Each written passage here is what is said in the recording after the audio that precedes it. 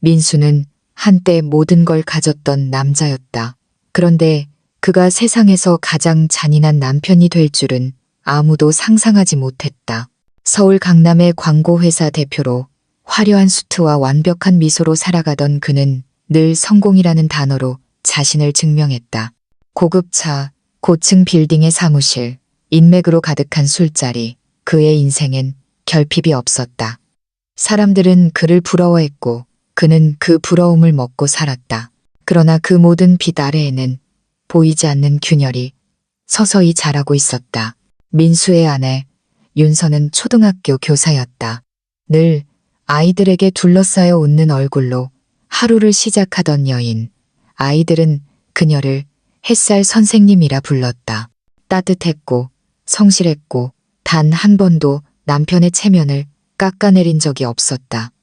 하지만 민수에게 그녀는 점점 배경이 되어갔다. 그가 성공을 말할 때 윤서는 단지 고요한 미소로 옆에 서 있을 뿐이었다. 세상은 민수를 중심으로 돌아갔고 윤서는 그 세상의 변두리에 서 있었다. 그러던 어느 날 윤서가 교단 위에서 쓰러졌다. 강의 중 아이들의 앞에서 한쪽 팔이 굳어가고 시야가 흔들렸다. 그리고 그녀는 조용히 무너져 내렸다. 그 순간 수십 명의 어린아이들의 비명이 교실을 채웠다. 구급차가 도착했을 때 그녀는 의식이 없었다. 진단명은 뇌출혈. 의사는 단호하게 말했다. 다시 일어나긴 어렵습니다. 병원 복도에서 흰색 형광등 아래에 앉은 민수는 처음으로 결손이라는 단어를 마주했다.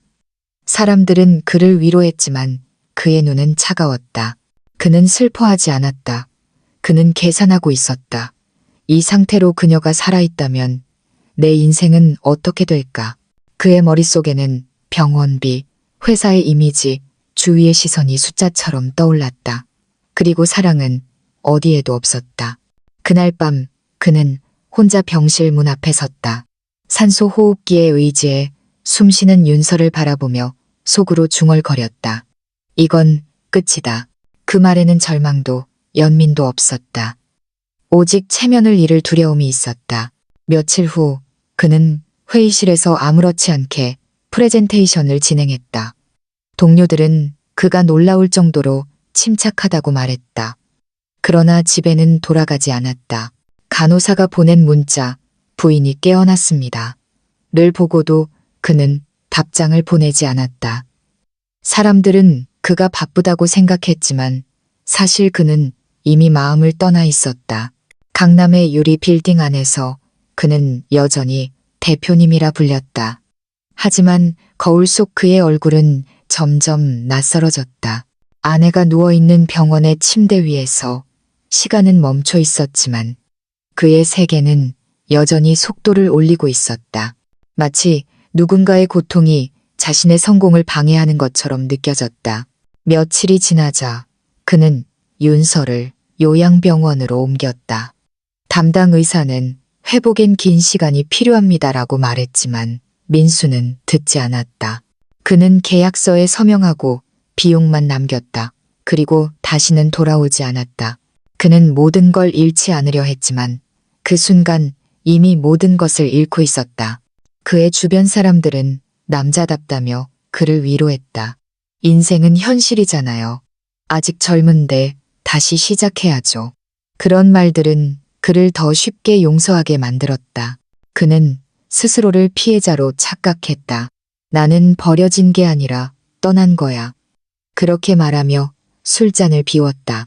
하지만 술이 식을수록 마음속에는 이상한 공허가 피어올랐다.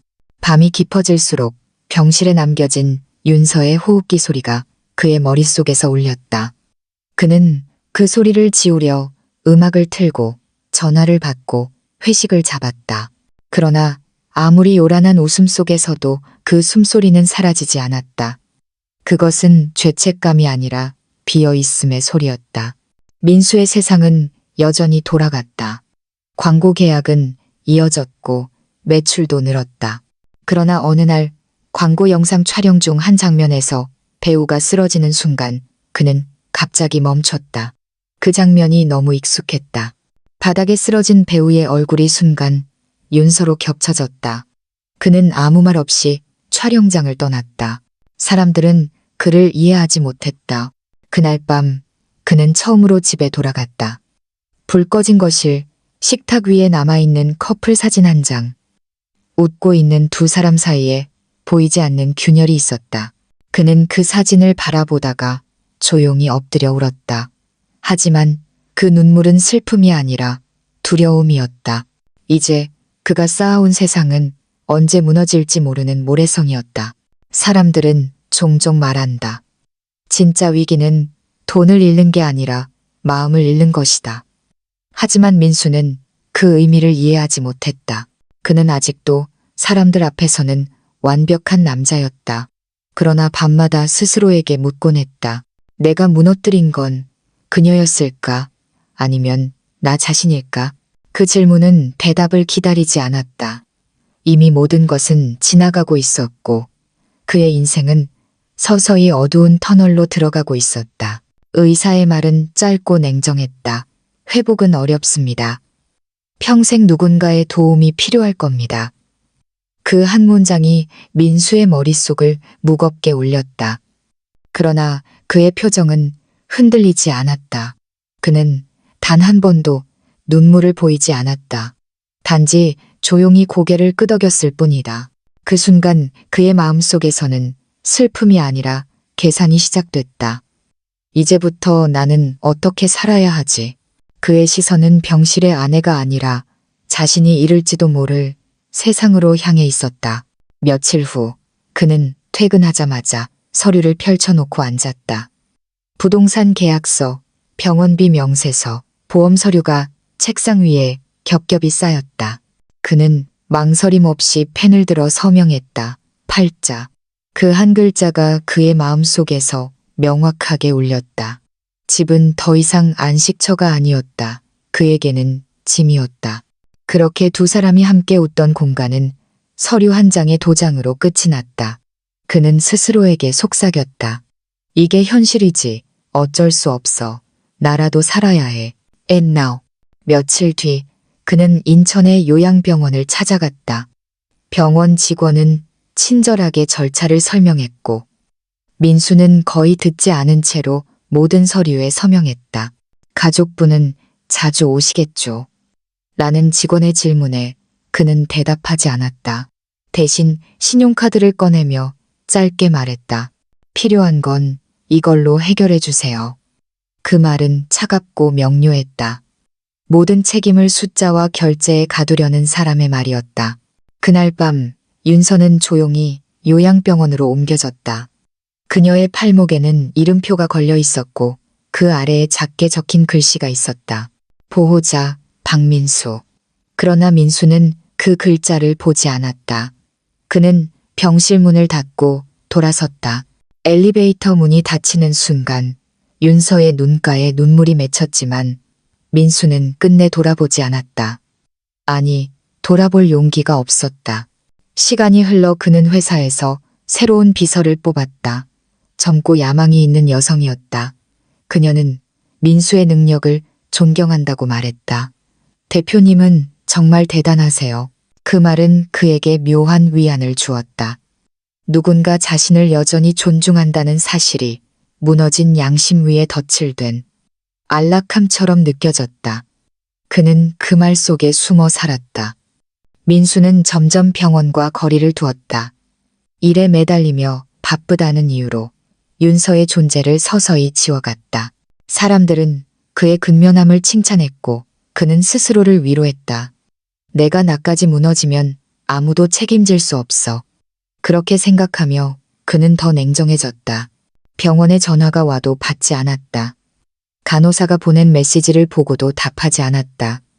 그는 아내를 잊은 것이 아니라 잊으려는 훈련을 반복하고 있었다. 3달 후 그는 새 아파트로 이사했다. SNS에는 다시 웃는 얼굴이 올라왔다.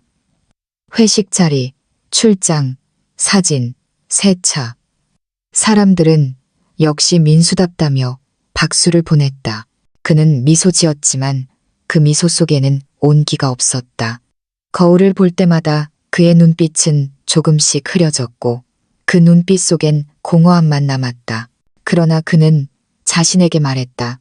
지금은 생각할 때가 아니야. 일해야 해. 그 무렵 인천의 요양병원에서는 윤서가 여전히 누워 있었다. 그녀는 아직 말이 없었지만 손가락이 조금씩 움직이기 시작했다. 아무도 크게 놀라지 않았다. 그러나 그녀의 눈동자 속에는 여전히 기다림이 있었다. 그녀는 밤마다 천장을 바라보며 생각했다. 그 사람은 올까? 그러나 답은 없었다. 시간만 흘렀다. 서울의 빌딩 숲에서 민수는 다시 빛을 되찾은 듯 보였다. 인터뷰에서 그는 자신있게 말했다. 인생은 선택의 연속입니다. 때로는 냉정함이 필요하죠. 사람들은 그의 현실적인 태도를 칭찬했다. 그러나 카메라가 꺼진 뒤 그는 잠시 눈을 감았다. 그리고 조용히 숨을 내쉬었다. 그 숨소리에는 후회도 슬픔도 없었다. 오직 피로함과 무의미함만이 남아 있었다. 어느 날 요양병원에서 전화가 걸려왔다. 보호자분 맞으시죠? 환자분 상태가 안정돼서 말씀드리려고요. 그는 짧게 대답했다. 네, 알겠습니다. 그리고 전화를 끊었다. 그 순간 아무런 감정도 없었다. 단지 공허했다. 그는 창문 밖을 바라보다가 스스로 중얼거렸다. 다행이네. 그러나 그 말은 입술에서만 맴돌았다. 마음은 아무 반응도 하지 않았다. 그날 밤 그는 거울 앞에 섰다. 여전히 완벽하게 다듬어진 슈트 차림, 흔들림 없는 자세, 남들이 부러워할 성공의 상징들. 그러나 눈을 들여다보니 그 안에는 아무것도 없었다. 빈 껍데기만이 서 있었다. 그는 그 사실을 깨닫지 못한 채 다시 미소를 지었다. 사람들에게 보여주기 위한 감정 없는 미소였다. 그리고 그 미소 속에서 그는 조금씩 무너지고 있었다. 그녀는 다시 태어났지만 이전의 자신으로는 돌아갈 수 없었다. 윤서는 깨어났을 때 세상이 낯설게 느껴졌다. 입술이 움직이지 않았고 목소리가 나오지 않았다.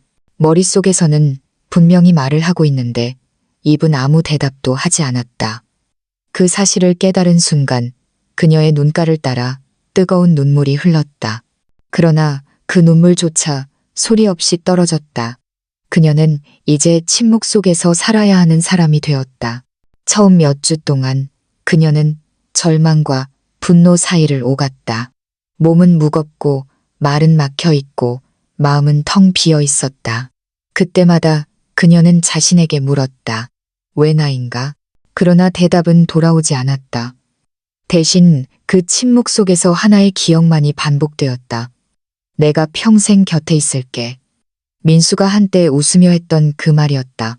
그 약속이 지금은 칼날처럼 그녀의 마음을 찔렀다. 시간이 흘러 그녀는 더 이상 누군가의 발소리를 기다리지 않았다. 요양병원 복도는 매일 같았다. 간호사의 발걸음, 환자들의 낮은 숨소리, 그리고 끝없이 흘러가는 시계 초침소리. 하지만 윤서는 그 안에서 다른 리듬을 찾기 시작했다. 자신만의 리듬. 그녀는 왼손으로 천천히 움직이며 종이에 글자를 써 내려갔다. A, B, C, D. 손끝이 떨렸지만 멈추지 않았다. 오른손이 말을 듣지 않으니 왼손으로 배워야 했다. 단어를 하나 완성할 때마다 그녀는 자신이 조금씩 살아있음을 느꼈다. 그녀의 세상은 좁았지만 그 안에는 의지가 있었다. 하루 중 가장 힘든 시간은 아침이었다. 눈을 뜨면 자신이 여전히 혼자라는 사실이 가장 먼저 다가왔다. 그러나 그녀는 그 외로움을 견디는 법을 배워갔다. 간호사가 물컵을 건네줄 때 그녀는 고개를 숙여 감사의 표시를 했다. 말은 할 수 없었지만 마음은 아직 따뜻했다. 그녀를 돕던 노년의 간호사 박 여사는 늘 조용히 곁에 있었다. 그 여인은 아무 말도 하지 않았지만 눈빛으로 윤서를 격려했다. 윤서는 그 시선을 통해 배웠다. 누군가의 온기는 말로 주어지는 것이 아니라 존재로 전해지는 것임을. 몇 달이 지나자 그녀는 혼자서 걸음을 옮기는 연습을 시작했다. 금속 손잡이를 붙잡고 천천히 한 발을 내딛었다. 몸이 흔들렸지만 포기하지 않았다. 땀과 눈물이 섞여 흐를 때마다 그녀는 스스로를 다그쳤다. 나는 아직 끝나지 않았다. 그 문장은 그녀의 기도이자 선언이었다. 밤이 되면 그녀는 창가에 앉아 손가락으로 공중에 글씨를 그렸다. 이름 하나, 문장 하나, 그리고 기억 하나. 그 모든 글자는 공중에서 사라졌지만 마음속에는 선명히 남았다. 그녀는 잊히는 것을 두려워하지 않았다. 이미 잊혀졌기 때문이다. 대신 다시 자신을 기억하려 했다. 시간이 쌓이면서 그녀의 마음은 조금씩 단단해졌다. 민수의 얼굴은 점점 희미해졌고 그 자리를 차지한 것은 고요였다. 그러나 그 고요는 공허함이 아니라 평온함이었다. 모든 감정을 태워버리고 남은 재 속에서 그녀는 새로운 호흡을 배웠다. 사람의 마음도 다시 태어날 수 있다는 것을 깨달았다. 그녀는 언젠가 거울을 보았다. 비틀어진 얼굴, 부자연스러운 미소, 왼손에 남은 잉크 자국. 그 모든 것이 이제는 부끄럽지 않았다. 오히려 그것들이 자신이 살아있음을 증명하고 있었다. 그녀는 생각했다. 나는 이제 누구의 그림자도 아니다. 그녀의 하루는 여전히 조용했다. 그러나 그 침묵 속엔 의미가 있었다. 먹고, 쓰고, 걷고, 생각하는 모든 순간이 하나의 도전이었다. 그녀는 그 도전을 통해 자신을 재건하고 있었다. 어느 날 간호사가 물었다. 요즘엔 무슨 생각하세요?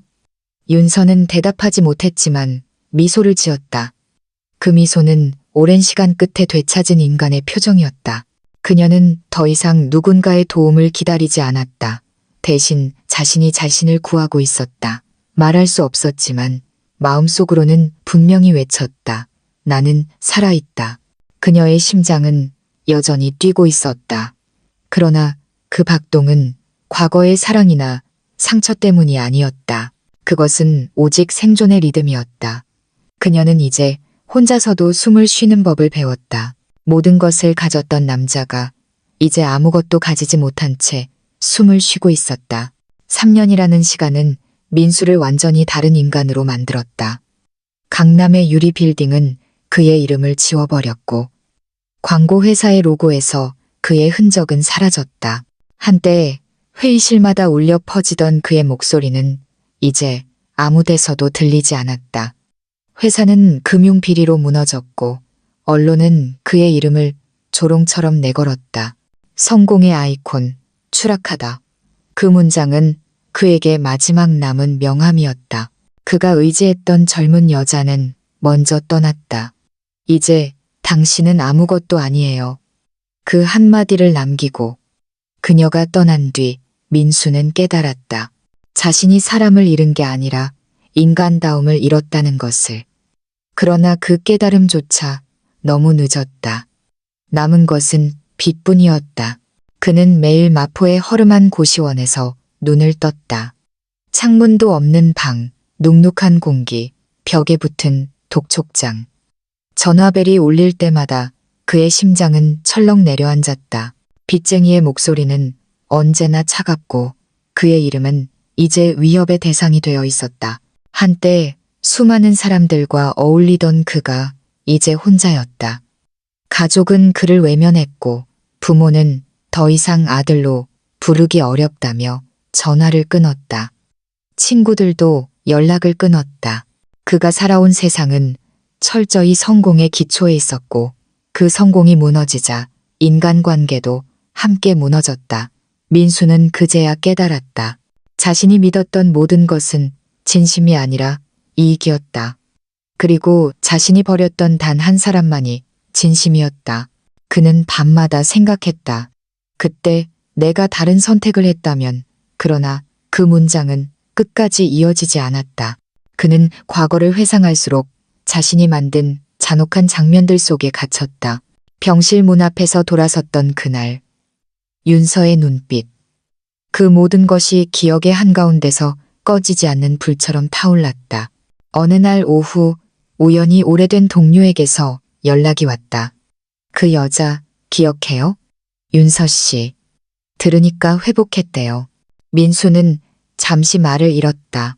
회복. 지금은 자원봉사자로 일한대요. 재활센터에서. 그 말이 끝나기도 전에 그의 심장이 세게 뛰었다. 그는 어색하게 웃었다. 그래요? 대단하네요. 하지만 전화를 끊고 나자 손이 떨렸다. 그는 자신도 모르게 창문 쪽을 향했다. 그 안에는 어둠뿐이었지만 그 어둠 속에서 무언가가 자신을 잡아 끌고 있었다. 그날 밤 그는 잠을 이루지 못했다. 윤서의 얼굴이 자꾸 떠올랐다. 말도 하지 못하던 그녀가 이제 다른 사람들을 돕고 있다는 사실이 믿기지 않았다. 그녀는 끝나지 않았다. 무너진 건 자신뿐이었다. 그 생각이 머릿속을 맴돌자 한때 자신이 얼마나 비겁했는지 실감났다. 자신이 버렸던 여자는 다시 일어섰고 자신은 그 자리에서 무너져 있었다. 민수는 비참했다. 그러나 그 비참함 속에 이상한 감정이 피어올랐다. 죄책감, 그리움, 그리고 두려움이 섞인 감정이었다. 그는 자신에게 물었다. 내가 그녀를 만나면 그녀는 날 볼까? 그는 알았다. 윤서의 눈에는 자신이 더 이상 사람으로 보이지 않으리란 걸. 그녀는 아마 자신을 경멸할 것이다. 그럼에도 불구하고 그의 마음 한구석이 속삭였다. 가야 한다. 그는 자신도 이해할 수 없었다.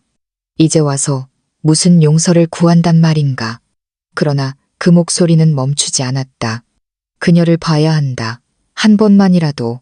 그는 거울을 보았다. 낯선 남자가 서 있었다. 초췌한 얼굴, 굳은 손, 무너진 눈빛. 한때 성공을 자랑하던 얼굴은 이제 그저 죄의 그림자처럼 보였다. 그는 천천히 눈을 감았다. 그리고 아주 작게 중얼거렸다. 그녀 앞에서 무릎을 꿇더라도 나는 가야 한다. 새벽이 다가왔다. 민수는 낡은 재킷을 걸치고 방을 나섰다. 바람이 차가웠지만 그는 느끼지 못했다. 오랜 세월 동안 숨겨둔 죄가 그의 어깨를 짓눌렀고 그 무게를 견디는 유일한 방법은 그녀를 마주하는 것뿐이었다. 그것이 용서이든 심판이든 이제는 상관없었다. 그는 단지 끝내 도망치지 않으려 했다. 그는 무너지는 순간을 기다려온 사람처럼 주저앉았다. 민수는 재활센터 앞에서 윤서를 처음 보았다. 그녀는 예전의 모습이 아니었다. 다리 한쪽을 절며 천천히 걷고 있었고 손에는 작은 서류 가방이 들려 있었다. 그러나 그 걸음에는 힘이 있었다. 쓰러졌던 사람이 일어선다는 건 그런 것이다. 세상 누구도 대신할 수 없는 오직 자신만의 싸움. 민수는 그걸 보는 순간 숨이 멎었다. 그가 버렸던 여자가 여전히 살아있었다. 그는 도망치고 싶었다. 그러나 발이 움직이지 않았다. 심장은 마구 뛰었고 몸은 떨렸다. 그의 머릿속엔 단 한 장면이 떠올랐다. 병실 문 앞에서 돌아섰던 그날 윤서의 눈동자. 그 눈빛이 지금의 자신을 붙잡고 있었다. 그녀가 나를 보면 어떤 표정을 지을까? 그는 두려웠다. 하지만 그 두려움 속에 오래된 그리움과 죄책감이 섞여 있었다. 윤서가 재활센터 정문 앞에 다다랐을 때 민수는 본능처럼 몸을 움직였다. 그는 천천히 다가갔다. 그러나 몇 걸음도 가지 못하고 무릎이 꺾였다. 차가운 서울의 인도 위로 그의 두 다리가 주저앉았다. 그가 세워온 자존심, 체면, 성공의 잔재가 한순간에 무너졌다. 그는 손을 뻗었다. 그 손은 더럽고 거칠었으며 부끄러움으로 떨리고 있었다. 그의 손끝이 윤서의 코트를 스쳤다. 그는 그 자리에 멈췄다. 아무 말도 하지 못했다. 목이 막혀 있었다. 대신 눈물이 흘렀다. 소리 없는 울음이었다. 눈물이 턱을 타고 흘러내렸고 그의 어깨가 미세하게 흔들렸다.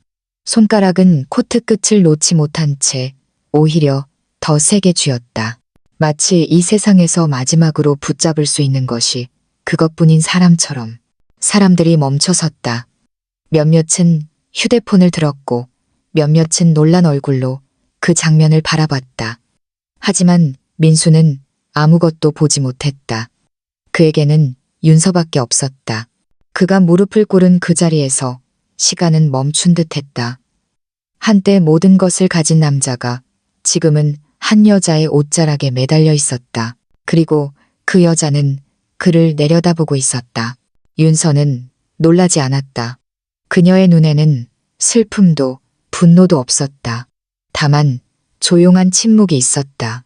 그녀는 그 침묵으로 답했다. 그 침묵은 어떤 말보다 깊었다. 그 안에는 과거의 고통, 용서할 수 없는 상처, 그리고 완전히 식어버린 마음이 들어있었다. 민수는 그걸 느꼈다. 그 침묵이 칼보다 아프다는 걸. 그는 고개를 숙였다. 머리카락이 이마에 붙고 숨이 가빠왔다. 손끝이 점점 저려왔지만 그는 코트를 놓지 않았다. 그 순간 그는 자신이 인간이라는 사실을 다시 느꼈다. 부끄러움, 후회, 절망, 그 모든 감정이 한꺼번에 쏟아져 나왔다. 그는 속으로 중얼거렸다. 미안하다. 하지만 그 말은 입 밖으로 나오지 않았다. 말로는 도저히 닿을 수 없는 거리가 그들 사이에 있었다. 윤서는 천천히 몸을 돌렸다. 민수의 손이 여전히 코트를 붙잡고 있었다. 그녀는 잠시 그 손을 바라보았다. 그 손은 한때 그녀를 버린 손이었다. 하지만 지금은 자신을 구걸하는 손이었다. 그녀는 손끝으로 그의 손을 살짝 떼어냈다. 그 손길은 차갑지도 따뜻하지도 않았다. 그저 조용했다. 민수의 손이 허공으로 떨어졌다. 그는 그대로 무릎을 꿇은 채 움직이지 못했다. 세상이 멈춘 듯했고 그의 숨소리만 들렸다. 윤서는 천천히 걸음을 옮겼다. 그 걸음은 여전히 느리고 불안정했지만 그 속에는 자유가 있었다. 민수는 그녀의 뒷모습을 바라봤다. 그는 알고 있었다. 그 뒷모습은 다시 돌아오지 않을 것이다. 그리고 그것이 벌이었다.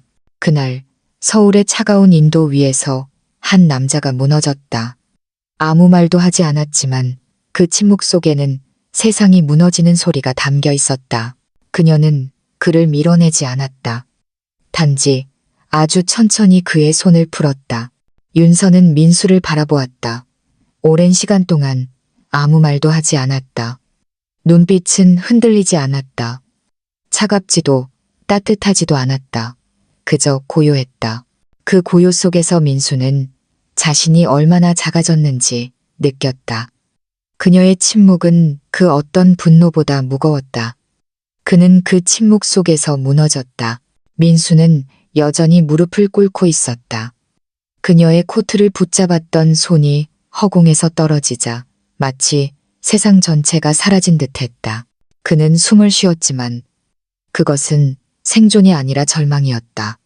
눈물은 이미 말라 있었고 대신 공허함이 그 자리를 채웠다. 그는 깨달았다. 용서는 그가 바라는 것처럼 받는 것이 아니라 이미 사라지는 것이라는 사실을. 윤서는 여전히 그를 바라보았다. 그러나 그 시선에는 기억이 없었다. 그녀는 이제 더 이상 그를 미워하지도 그리워하지도 않았다. 그의 존재는 그녀의 마음속에서 오래전 사라진 그림자였다. 민수는 그 사실을 느꼈다. 자신이 용서를 구할 자격조차 없는 존재가 되어버렸다는 걸. 그는 속으로 말했다. 날 미워해도 좋아. 나를 욕해도 괜찮아. 하지만 제발 나를 잊지 말아줘. 그러나 그녀는 아무 반응이 없었다. 그녀의 침묵은 냉정이 아니라 초월이었다. 미움이 지나가고 원망이 다 타버린 자리에는 아무것도 남지 않았다. 그것이 진짜의 끝이었다. 윤서의 손끝이 그의 손등에 닿았다. 그리고 그 손가락이 천천히 그의 손을 떼어냈다. 그 움직임은 마치 오래된 굴레를 벗겨내는 것 같았다. 민수의 손이 코트에서 떨어지는 순간 그는 깨달았다. 자신이 붙잡고 있던 것은 용서가 아니라 환상이었다. 그녀는 이미 자신을 지나 더 먼 곳으로 가 있었다. 그는 고개를 들었다. 윤서는 여전히 그 앞에 서 있었지만 그 거리는 너무 멀었다.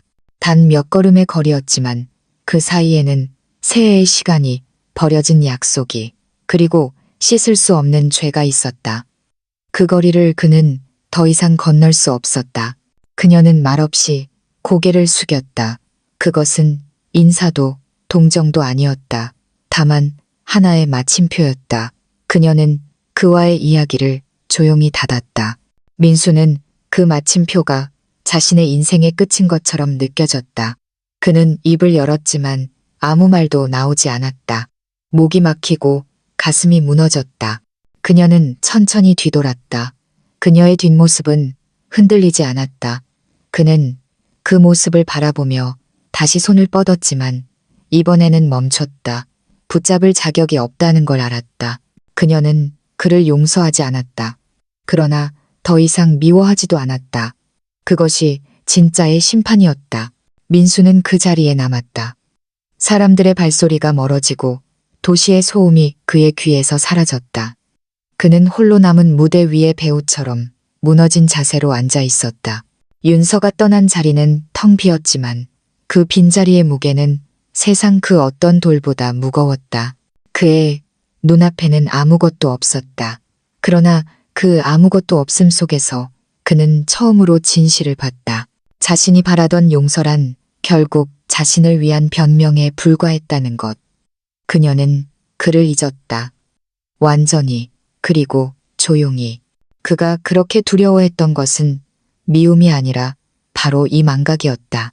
윤서의 침묵은 단호했다. 그 침묵은 그를 벌했다. 말 한마디 하지 않았지만 민수는 모든 걸 잃었다. 그녀는 그를 기억하지 않음으로써 가장 잔인한 방식으로 그를 놓아주었다. 그는 여전히 무릎을 꿇고 있었다. 그러나 이번에는 울지 않았다. 눈물조차 의미가 없다는 걸 알았기 때문이다. 그의 어깨는 무겁게 내려앉았고 숨소리는 희미해졌다. 그렇게 그는 자신이 만든 침묵 속에서 천천히 부서져 갔다. 그날 윤서는 한 사람을 떠났고 민수는 한 생을 잃었다. 그러나 아무도 그 장면을 모른다. 아무 말도, 아무 소리도 없었으니까. 오직 그들의 침묵만이 모든 것을 말하고 있었다. 그날 이후 그는 이름 없는 사람이 되었다. 민수는 아무도 자신을 알아보지 못하는 곳으로 갔다. 서울의 변두리 좁은 골목 안에 있는 무료 급식소에서 일하기 시작했다. 그는 자신을 소개하지 않았다. 누구도 묻지 않았고 그도 대답하지 않았다. 사람들은 그를 그냥 아저씨라고 불렀다. 그 이름이면 충분했다. 그는 더 이상 누구의 대표도 남편도 실패한 인간도 아니었다. 그저 하루를 묵묵히 사는 한 사람일 뿐이었다. 그의 하루는 단순했다. 새벽에 문을 열고 바닥을 닦고 냄비를 닦았다. 손끝이 트고 물집이 잡혀도 그는 멈추지 않았다. 식판 위에 흘러내린 국물을 닦을 때마다 과거의 자신이 떠올랐다. 누군가에게 버려진 한 사람을 떠올릴 때마다 그는 그릇을 더 조심스레 씻었다. 마치 그것이 속죄의 한 조각인 듯이. 그는 말이 없었다. 대신 행동으로 살아갔다. 누군가 음식을 남기면 조용히 치웠고 노숙자가 넘어지면 말없이 부축했다. 누구도 그에게 감사를 하지 않았지만 그는 그걸 바랄 이유도 없었다. 그에게는 이미 충분히 큰 벌이 주어졌기 때문이다.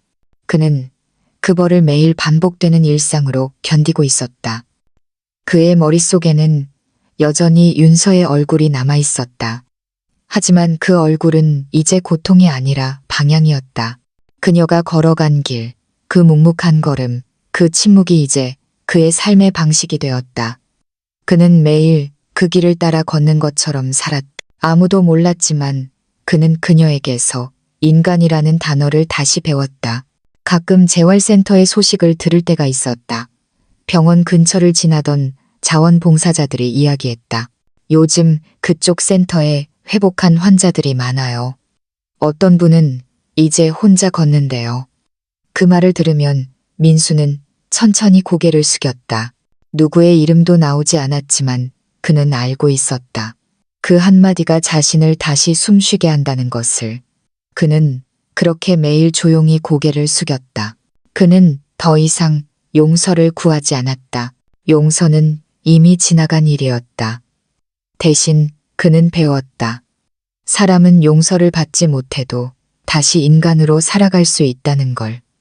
그건 구원보다 더 어려운 일이었다. 그는 스스로를 용서하지 못한 채로 세상을 위해 작은 선행을 반복했다. 그것이 그가 살아있는 이유가 되었다. 밤이 되면 그는 늘 주방 구석에 앉아 있었다. 아무 말 없이 손가락 끝에 상처를 바라보았다. 그 상처는 아물지 않았지만 이제는 아프지 않았다. 그는 그것을 자신의 흔적으로 받아들였다. 상처가 있다는 건 여전히 살아있다는 증거였다. 사람들은 그를 보고 말했다. 그 아저씨는 참 조용해요. 항상 먼저 움직이죠. 하지만 아무도 몰랐다. 그 조용함이 얼마나 많은 울음 끝에서 만들어진 것인지. 그는 침묵 속에서 살아가는 법을 배웠고 그 침묵 속에서 조금씩 인간으로 돌아오고 있었다. 그의 하루는 늘 같았다. 하지만 그 단조로움 속에는 의미가 있었다. 무언가를 얻기 위해서가 아니라 잃어버린 자신을 조금씩 되찾기 위한 삶. 그는 매일 허리를 굽히며 바닥을 닦았다. 그 자세는 마치 끊임없는 절이었다. 세상에게, 윤서에게, 그리고 자신에게. 그가 왜 여전히 살아있는지 아무도 몰랐다. 하지만 어쩌면 그는 알고 있었다. 인간은 무너질 수는 있어도 완전히 사라지지는 않는다는 것. 그래서 그는 오늘도 묵묵히 설거지를 했다. 기도처럼, 속죄처럼, 그리고 마지막 남은 존엄처럼. 사람은 2번 태어난다고 했다. 한 번은 세상에 나올 때, 그리고 한 번은 자신을 용서할 때. 세월이 흘러 윤서는 다시 교단에 섰다. 서울의 한 작은 학교에서 장애 학생들을 가르치고 있었다. 칠판 앞에 선 그녀의 손은 여전히 느렸지만 그 느림 속에는 단단함이 있었다. 아이들은 그녀를 좋아했다. 그녀의 말은 짧았지만 따뜻했고 웃음은 조용했지만 오래 남았다. 아이들이 넘어질 때마다 그녀는 말없이 손을 내밀었다. 그것이 그녀가 세상에 줄 수 있는 가장 진실한 사랑이었다. 가끔 아이들은 물었다. 선생님, 왜 이렇게 인내심이 많아요? 윤서는 미소를 지었다. 그리고 대답 대신 하나의 이야기를 꺼냈다. 옛날에 한 사람이 있었어요. 그는 자신이 가진 모든 걸 세상에 보여주려 했죠. 하지만 결국 잃고 나서야 진짜 중요한 게 무엇인지 알았어요. 아이들은 숨을 죽이고 들었다. 그녀는 말을 이어갔다. 그 사람은 자신이 잃어버린 마음을 다시 찾았어요. 늦었지만 결국 찾아냈어요.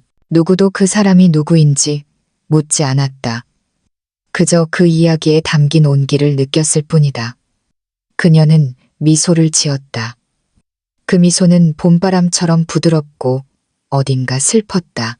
윤서에게 과거는 더 이상 상처가 아니었다. 그것은 단지 살아온 길의 일부였다. 그녀는 자신을 구하지 못한 사람을 용서하지 않았다. 대신 잊었다. 그러나 그 잊음 속에는 미움이 아니라 연민이 있었다. 그녀는 알았다. 어떤 사람은 삶을 통째로 잃어야 마음을 되찾는다는 것을.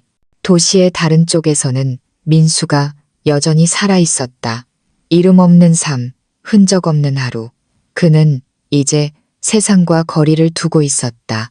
누구에게도 자신을 설명하지 않았고 누구의 눈도 피하지 않았다. 그는 그냥 살아있었다. 그리고 매달 한 번 봉투 하나를 보냈다. 재활센터 앞으로 보내는 익명의 후원금이었다. 거기엔 이름이 없었다. 하지만 그 안에는 오래된 참회의 흔적이 담겨 있었다. 그는 더 이상 용서를 원하지 않았다. 그 단어가 자신에게 어울리지 않는다는 걸 알고 있었다. 대신 그는 선함이라는 작고 조용한 단어를 택했다. 누군가의 하루가 덜 외로워지는 일, 누군가의 고통이 잠시 멈추는 일.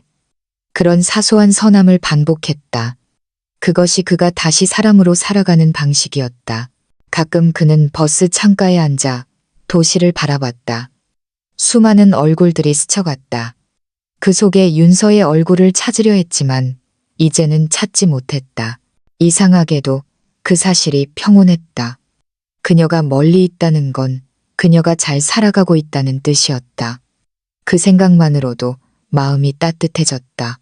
그는 자신이 세상에서 사라져도 괜찮다고 생각했다. 중요한 건 이름이 아니라 남겨지는 마음이라고 믿었다. 언젠가 그가 떠나더라도 어딘가에 남겨진 작은 선행 하나가 누군가의 삶을 바꿀 수 있다면 그것이면 충분했다. 윤서는 여전히 아이들을 가르쳤다. 아이들의 웃음소리 속에서 그녀는 새로운 삶을 살고 있었다. 민수는 여전히 어딘가에서 손을 움직이고 있었다. 조용히, 묵묵히 하루하루를 채워가며 그들은 서로를 다시 만나지 않았다. 그러나 이상하게도 둘은 같은 하늘 아래 있었다. 한 사람은 용서 대신 사랑을 가르쳤고 다른 한 사람은 용서를 대신해 선함을 실천했다. 그들은 이제 서로의 과거가 아니라 서로의 이유가 되어 있었다. 세상은 아무 일도 없었던 것처럼 흘러갔다. 하지만 어딘가에 두 사람의 침묵이 남았다. 그 침묵은 고통이 아니라 이해였다. 그리고 그 이해 속에서 한 인간의 가치는 다시 태어나고 있었다. 사람은 언제 진짜로 변할까? 죽음이 가까워졌을 때일까? 아니면 사랑을 잃었을 때일까? 몇 년 후 서울의 한 병원 명단에 이름 하나가 조용히 추가되었다. 박민수. 아무도 그의 입원을 알지 못했다. 병실에 놓인 유품은 단 한 가지, 재활센터로 보내는 자동이체 영수증뿐이었다. 그는 세상에 아무 흔적도 남기지 않았지만 그 이름이 적힌 봉투는 아직도 매달 도착하고 있었다. 사람들은 그 돈이 어디서 오는지 몰랐다. 단지 누군가의 선이라고만 믿었다. 한편 윤서는 여전히 아이들에게 글을 가르쳤다. 어느 날 한 학생이 물었다. 선생님, 착하게 살아도 아무도 몰라주면 어쩌죠? 그녀는 잠시 미소를 지었다. 괜찮아요. 세상은 언젠가 그 마음을 알아봐요. 진심은 사라지지 않으니까요. 그녀는 몰랐다. 그 말을 듣고 있던 누군가가 과거의 민수를 기억하는 사람이었다는 것을.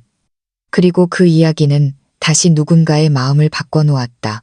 그렇게 한 사람의 회개는 시간이 흘러 또 다른 사람의 시작이 되었다. 우리 모두는 실수한다. 하지만 중요한 건 다시 사람이 되려는 용기를 잃지 않는 것이다. 세상이 차가워질수록 당신의 따뜻함이 누군가의 구원이 될지 모른다. 지금 이 영상을 보고 있다면 당신도 그 변화를 시작할 수 있다. 좋아요를 눌러 이 이야기가 더 멀리 퍼질 수 있도록 도와주세요. 댓글로 당신이 믿는 인간의 가치를 남겨주세요. 구독을 눌러 더 많은 진짜 이야기들을 함께 만들어가요. 당신의 한 번의 클릭이 누군가의 두 번째 인생이 될 수 있습니다.